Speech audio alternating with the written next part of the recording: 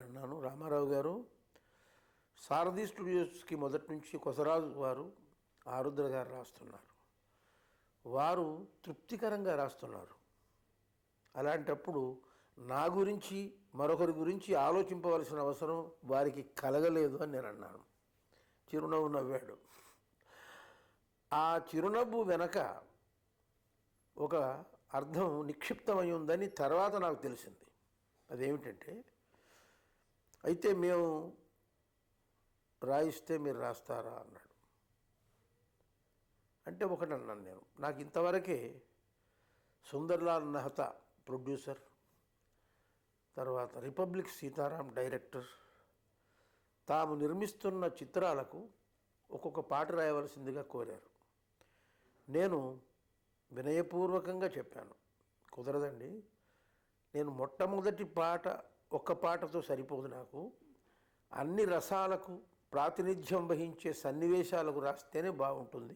అప్పుడు నేనేమిటో రుజువు చేసుకోగలుగుతాను. కవిగా నాగార్జున సాగరం, కర్పూర వసంతరాయలు, విశ్వనాథ నాయుడు లాంటి కావ్యాల ద్వారా నేను ఇంతో అంతో స్థిరపడ్డాను. ఇక సినీ గేయ రచయితగా నా ప్రవేశం అంతకంటే బృహత్తర స్థాయిలో ఉండాలి అన్నాను. ఓహో అని వారితో అన్నాను, అందుకోసం రాయలేదన్నాను. మొట్టమొదటి చిత్రంలో ఆయన అర్థం చేసుకుంది ఏమిటంటే, మొత్తం పాటలు రాస్తాను మొదటి చిత్రం అని. అప్పుడు ఆ అవకాశం మాకే కలుగుతుందేమో అన్నాడు. తప్పకుండా వస్తానండి, మొత్తం పాటలు రాసే అవకాశం ఉంటే అన్నాను. అంతే. 1960-61 ప్రాంతాల్లో ఇది. కొన్ని నెలలు దాటగానే ఆయన మార్చి నెలలో నన్ను ఆహ్వానించాడు. ఈ చిత్రంలో మరో విశేషం ఏమంటే, తన తొట్టతొలి చలనచిత్ర గీతాన్నే కాక చిత్రంలోని అన్ని పాటలు రాశారు మన సినారే. ఇంతకీ ఆ చిత్రంలో నాయిక జమున. ఎన్టీఆర్ పై మొట్టమొదటి చిత్రీకరించబడిన గీతం కూడా ఇదే. 10 రోజులు ఉన్నాను, వారి అతిథిగా ఉన్నాను. అన్ని గౌరవాలు, అన్ని మర్యాదలు నేను అనుభవించాను. నేను రోజు ఒక పాట రాయడం. గులేబ కావళి కథ చిత్రం. వారు ఒకటే చెప్పారు, మీరు ముందు పాట రాయండి, తర్వాత దాన్ని ట్యూన్ చేయిద్దాం. స్వరరచన తర్వాత పదరచన ముందు అని. రోజు ఉదయం వారు సన్నివేశాన్ని చెప్పి షూటింగ్కి వెళ్ళేవారు. 1 గంటకు వారు తిరిగి వచ్చేవారు. ఈలోగా నేను గీత రచన పూర్తి చేసేవాడిని.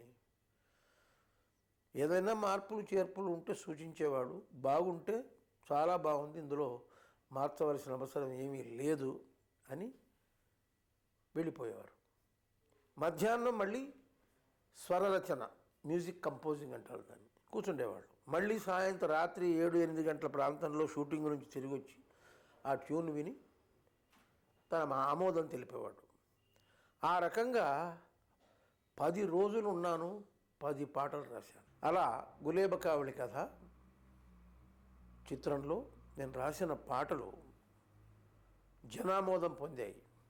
ఇప్పటికీ నా అదృష్టం ఏమిటంటే, ఆ మొత్తం 10 పాటల్లో రికార్డైన నన్ను దోచుకుందువటే వన్నెల దొరసాని అనే పాట ఇప్పటికీ మోగుతూనే ఉంది.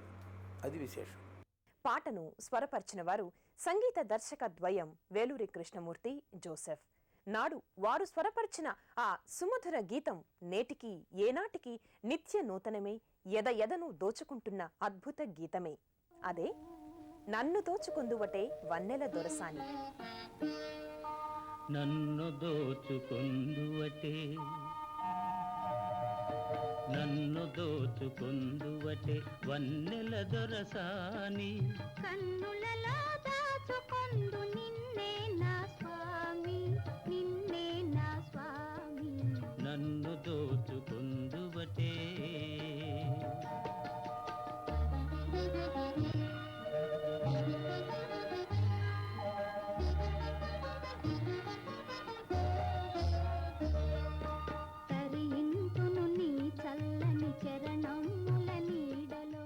రామారావు గారు నన్ను గులేబ కావళి చిత్రానికి ఆయన పక్కన కథానాయికగా బుక్ చేసుకోవడం జరిగింది. ఆ తర్వాత ముఖ్యంగా నాకు మా ఇద్దరి మధ్య చాలా రొమాంటిక్ సాంగు మొదటిసారిగా సి నారాయణ రెడ్డి గారిని సినిమా ప్రపంచానికి తెరకు పరిచయం చేసినటువంటి ఘనత శ్రీ ఎన్టీ రామారావు గారికి దక్కుతుంది. ఆయన మొదటి పాట ఇప్పటికీ మనం చూస్తూ ఉంటే అసలు ఎక్కడెక్కడికో ఎంతో మధురానుభూతులు కలుగుతాయి. నన్ను దోచుకొందువటే వన్నెల దొరసాని అని చెప్పి నారాయణ రెడ్డి గారి మొదటి సినిమా పాట ఆయన చిత్రరంగానికి పరిచయం చేసింది. నా అదృష్టం కొద్దీ ఆ పాటకి కథానాయికగా నటించే అవకాశం నాకు వచ్చింది. ఈనాటికి కూడా ఎన్నో సినిమాలు, ఎన్నో శృంగార రసమైనటువంటి పాటలు మనం అనేకం చూస్తున్నాం. కానీ ఈనాటికి మనని ఆ పాట ముఖ్యంగా నన్ను దోచుకుందు అంటే ఆ పిక్చరైజేషన్ కానీ, ఆ అందం కానీ, ఆ సాహిత్యం, ముఖ్యంగా సాహిత్యం, కర్పూర కళిక ఓలే కరిగిపోతాను అని ఒక లైన్ రాస్తారు. కరింతును నీ చల్లని చరణముల నీడలోన పూలదండ ఓలే కర్పూర కళిక ఓలే కర్పూర కళిక ఓలే. ఎంతటి నెరజానవు నా అంతరంగమందు నీవు, ఎంతటి నెరజానవు నా అంతరంగమందు నీవు, కలకాలము వీడని సంకెలలు వేసినావు, సంకెలలు వేసినావు. నన్ను దోచుకొందువటే, నన్ను దోచుకొందువటే వన్నెల దొరసాని. కన్నులలో దాచుకొందు నిన్నే నా స్వామి, నిన్నే నా స్వామి. నన్ను దోచుకొందువటే.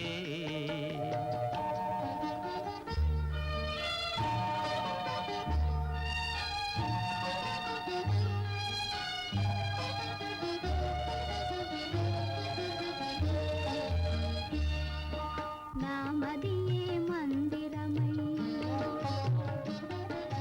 నీవే ఒక దేవతవై, నామదియే మందిరమై నీవే ఒక దేవతవై, వెలసినావు నాలో నే కలసిపోదు నీలో, కలసిపోదు నీలో. ఏ నాటిదో మన బంధం ఎరుగరాని అనుబంధం,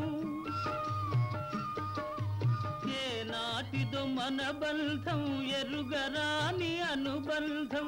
ఎన్ని యుగాలైనా ఇది ఎగిరిపోని గంధం, ఎగిరిపోని గంధం. అలాగా ప్రతి లైన్లో కూడా, ప్రతి వాక్యంలో కూడా ఒక కొత్తదనం, మరి ఒక విశిష్టత. మరి ఇప్పటి పాటలకి అప్పటి పాటలకి ఎంత తేడా ఉందంటే, మరి ఈనాటికి ఎవరు చూసినా కూడా మరి వన్నెల దొరసాని అని చెప్పి నన్ను దోచుకొందువంటే అంటూనే చాలు జనం థ్రిల్గా ఫీల్ అవుతారు. ఈనాటికి ఆ పాత పాటల సౌరభం, ఆయన పాట వస్తుంది, ముఖ్యంగా ఈ పాట వస్తుందంటే జనం టీవీలకి అతుక్కుపోయి అంత రసానుభూతిని ఆ పాట ద్వారా ఆయన అందించగలిగారు.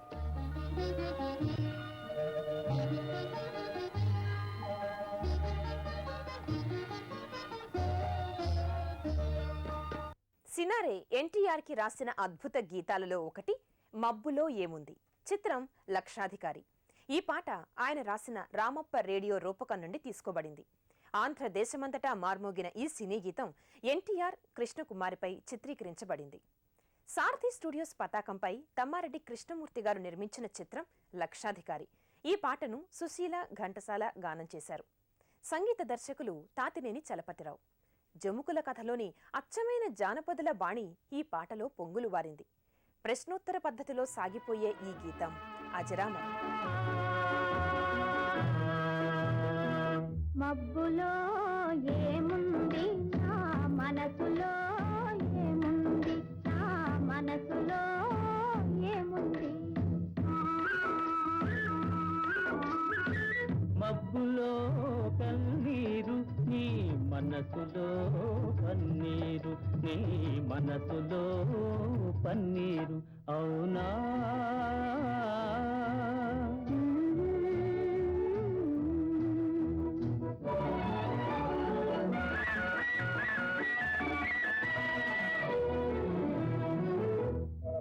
తోటలో ఏముంది నా మాటలో ఏముంది, నా మాటలో ఏముంది. తోటలో మల్లియలు నీ మాటలో తేనియలు, నీ మాటలో తేనియలు.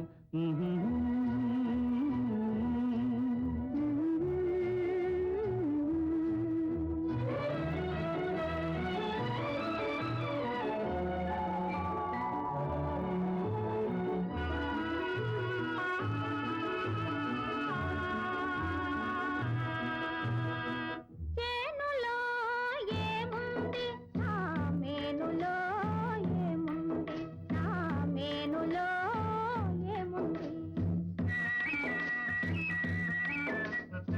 చేనులో బంగారం నీ మేనులో సింగారం, నీ మేనులో సింగారం.